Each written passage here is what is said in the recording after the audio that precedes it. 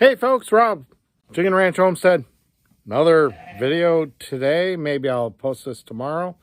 But hey, day of the storm, a Friday. 4-foot drifts, all types of stuff. And you could see what we had. We had a lamb. All right, folks, there she is. It's a baby girl. It's clearly Snowman's offspring with Eleanor. Eleanor gave birth to 2 last time, to Alice and Buford, but we get a single this time.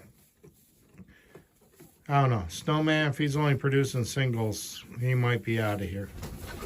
But she's doing well. Of course, it happens on a day of snow and lots of snow and a really cold weekend coming. Sally looks like she's ready to go soon, but baby's eating, mom's eating, everything looks good. She's somewhat wet, but drying off. Mama's really good. Eleanor's a really good mother. So, that's that. So, that's just a quick video today here. Third one of the day. Baby lamb. Never expect it, but we should expect it when weather's this bad. All right. Remember to like, share, subscribe, comment. We'll see you tomorrow or something. All right. Thanks. Peace.